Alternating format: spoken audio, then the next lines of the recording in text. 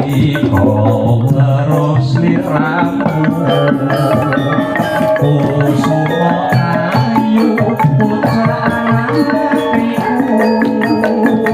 mantan manis lamun dahulu maraati lemati marang aku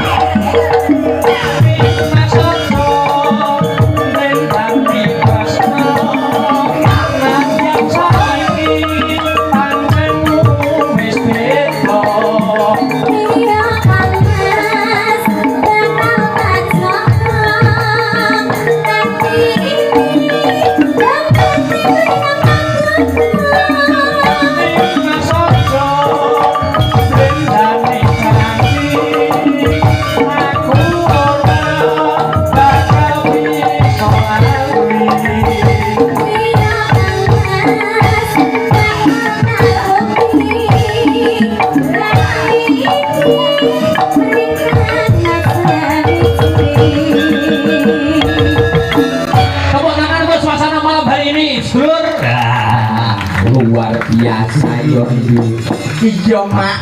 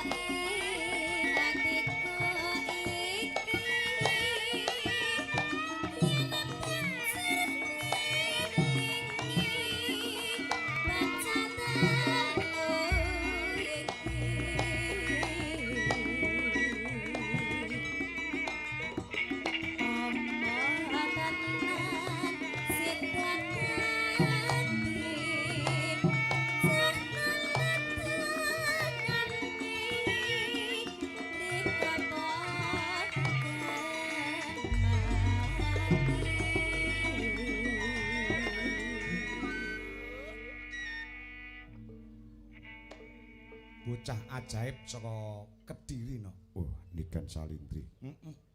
Pinter, ayu, suarane apik, ya tegane kambil ijo, bejane sok men sing duwe bojo Niken ya no. Iya. Heeh.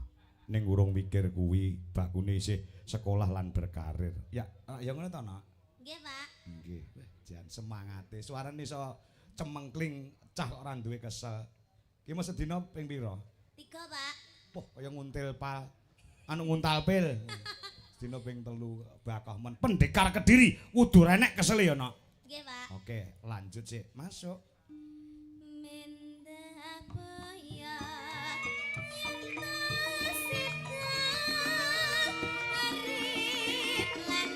Kedua, garap instrumen gamelan Bali.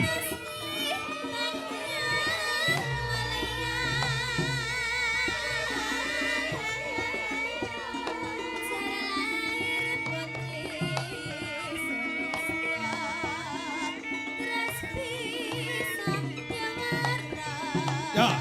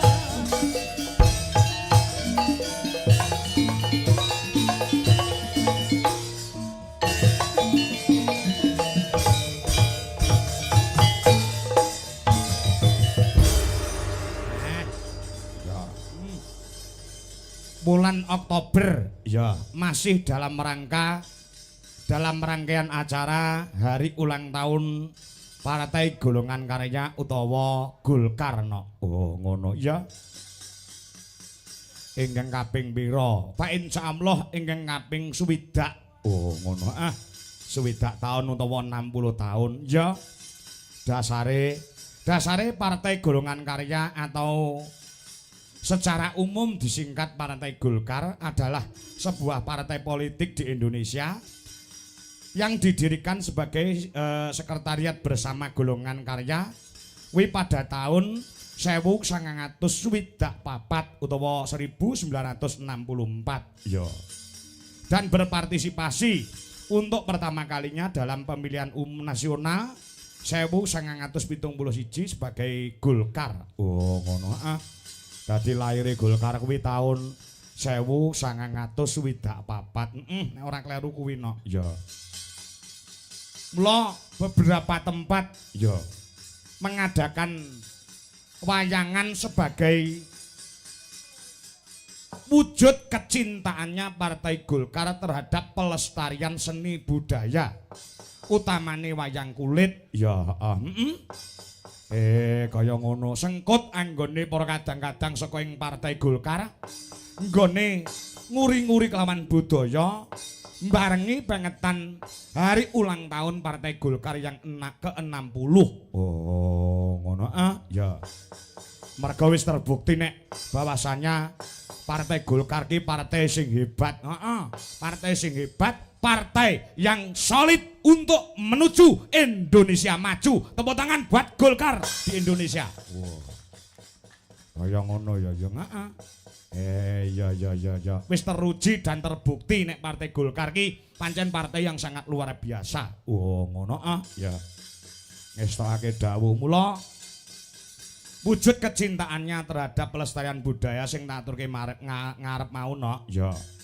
Iki bakal beberapa tempat digelar wayangan sing pertama kali kala wingi tanggal 18 Oktober kuwi rangkaian HUT Golkar ke-60 wayangan ana ing lapangan Gunung Sewu ana ing Kepuh Kertosono Kabupaten Nganjuk ya sing diprakarsai dening panjenengane tokoh spiritual budaya ya ngono ah uga sesepuh Partai Golkar ya ki panjenengane Rama Widodo wi tanggal 18 kepungkur ya lah tidak mau ketinggalan pada malam hari ini juga diadakan HUT Partai Golkar ya sing diadani ana ing Desa Jati Kalen. Oh ngono ah ngiras pantes tasyakuran panjenengane Bapak Muhammad Syafi'i sebagai anggota DPRD Kabupaten Nganjuk. Oh ngono ya iya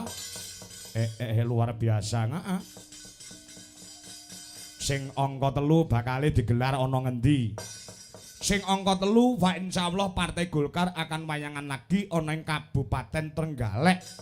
Wi tanggal 2 November. Oh, ana Trenggalek. Heeh, dibacutke tanggal 16 ana ing Kota Pahlawan Surabaya November. Heeh, wi malam Minggu no. Oh, malam Minggu. Heeh. Wi sing kaping 4. Heeh. Iya. Ingkang kaping 5 kapan?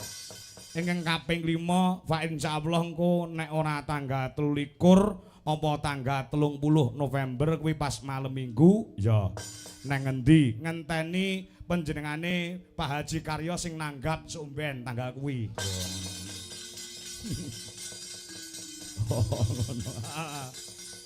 Oh iya kaya ngono kuwi hebat. Golkar pancen luar biasa heeh. Wis dingendikake karo panjenengane Bapak Muhammad Syafi'i no. Ya sore mau bahwasanya kene iki pecah telur. Oh ngono memecahkan rekor heeh. Yang selama Indonesia ini berdiri ya masyarakat oneng Jati Kalen sangat mengidam-ngidamkan sangat mendamba-dambakan seorang wakil rakyat utawa dewan ya panjenengane Bapak Muhammad Syafi'i kuwi wis gelut karo Partai Golkar. Ora kok gelut terus kerengan ora ning wis berkecimpung oneng Partai Golkar wis bertahun-tahun ya ning beliaunya belum mau untuk menjadi wakil rakyat utawa menjadi anggota dewan nggih. Alhamdulillah tahun 2024 ya diketuk hatine saka ing Gusti Kang Murbeng dumadi supaya nuruti kekarepaning para warga masyarakat ana ing Jatikalen. Sebenere panjenengane pamora dadi dewan kuwi uripe wis sarwa turah no. Ya ngono ya heeh. Ning bobote panggilan hati merga prinsipe panjenengane Pak Muhammad Syafi'i kuwi apik-apike wong becik-becike wong kuwi lamun tok uripe bisa piguna tumrap bebrayan agung utawa uripe bisa piguna tumrap wong akeh utawa wong pirang-pirang. Makane panjenengane Bapak Muhammad Syafi'i bersedia untuk mencalonkan sebagai dewan. Alhamdulillah kanthi tulusing ati beliaunya kepengin ngabdi oneng masyarakat Jatikalen Sumerambai Kabupaten Nganjuk. Gusti ngijabahi oneng dapil loro Kabupaten Nganjuk beliaunya mendapatkan suara yang sangat luar biasa. Wekasane wis dilantik sebagai anggota DPRD Kabupaten Nganjuk bengiki syukuran. Oh. Kaya ngono ya, heeh. Saiki Jatikalen wis pecah telur, wis eneng dewan utawa wis ana wakiling rakyat. Beliaunya siap 24 jam untuk melayani masyarakat. Fa insyaallah panjenengane anggone dadi anggota dewan ki wis ora golek bondo no. Bondone iki wis kurang apa Pak Syafi'i karo Ibu. Oh ngono, heeh. Daleme kaya ngono, usahane ya maju. Ya mung keikhlasan ati saka panjenengane Bapak Muhammad Syafi'i sing kepengin ngabdi marang masyarakat Jatikalen. Merga beliaunya mempunyai rasa handar beni tumraping Jatikalen, wekasane beliau maju lan iso kepilih dening lapisaning para kawula dasih. Oh iya. Iya kaya ngono ya, heeh. Pak insyaallah engko beliaunya dadi wakil rakyat sing bener-bener amanah nggone menyambung lidah rakyat utawa menampung aspirasi masyarakat oneng Jatikalen sehingga kedepannya Jatikalen menjadi lebih maju, lebih gondeli marang persatuan kesatuan. Pancen sing diajak kaya ngono no. Wah iya. Ngestoke dawuh kuwi pecah telur sing pisanan. Ya. Pecah telur sing kedua apa? Sing kedua wis ngene nduk, aku tak cerita ya. Aku sering cerita ning pagelaran.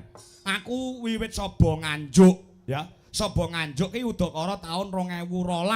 Aku wis mlebu ning Nganjuk. Ya. Desa-desa kecamatan-kecamatan sekabupaten Nganjuk wis tak jajah wit taun 2012. Namun Jatikalen baru pertama kali ini dalang kangko sowan ana ing Jatikalen merga ditanggap dening panjenengane Pak Muhammad Syafi'i. Tepuk tangan buat beliaunya. Kaya ngono ya, Heeh. Monggo sing tak incim iki ya mung Jatikalen iki kapan lek wayangan aku. ya. Lengkong wis, Bagor Wetan, Bagor Kulon. Brebet. Ya, Tanjung Anom, Ngronggot, Luceret. ya. Kertosono wis tak jajah kabeh. Lah, iki tumraping amake dhewe juga pecah telur. Iso ngambah ana ing Jatikalen. Ya, iya. Pecah telur yang ketiga selama saya menjadi dalang wiwit tahun 96 97 baru kali ini ditanggap uang belas ora dinyang. Oh ngono. Kaya ngono ya, iya. Luar biasa wong piyaine kaya ngono kok. Le grapyak le semanak karo ibu aku teko sore mau langsung bae ya. Oh ngono. Monggo Mas Kongko nggo pinarak mriko. Ya. Ya, matur sembah nuwun wis pokoke muga-muga awake dhewe isane njurung pandonga kedepannya Partai Golkar tetap semakin solid, Kang Sarto semakin maju dan selalu berkarya untuk rakyat, untuk masyarakat Indonesia. Amin. Ya, Yo ngaturke lelagon apa? Mars Partai Golkar. Ya, Mars Partai Golkar. Ya. Yo. Kanca-kanca Dwijo Laras Indonesia. ya Komplit kabeh mangkat iki. Ya, Yogane utawa panjake nganti turah-turah. Oh ngono. Nek lumrahe yoga dalang ki wong 18, ya. Wong 19, ya. Iki enek wong 17. Wah, ya. 17 enom kabeh ora nek sing tuwek, sebabe tuwek sithik tak pateni masalah. Ya. Ngono ya. Ganteng-ganteng bergas-bergas, ya cemlorot-cemlorot kabeh, ya. Sret. Yo sing semangat kanca-kanca Waranggana juga kanca-kanca Wiraswara. Aja kalah semangate kalian kader-kader Golkar, juga pengurus Golkar karena pada malam hari ini juga dirawi Ketua DPD Golkar penjani Ibu Maria Tunda Dewi Emsos MSI, juga Dewan Penasihat Partai Golkar penjani Bapak Adi Wibowo, ya. Uga Dewan Penasihat penjani Bapak Marsono SH beserta Ibu Ketua DPD Golkar Trenggalek ya keparang rawuh insyaallah. Ketua DPD Golkar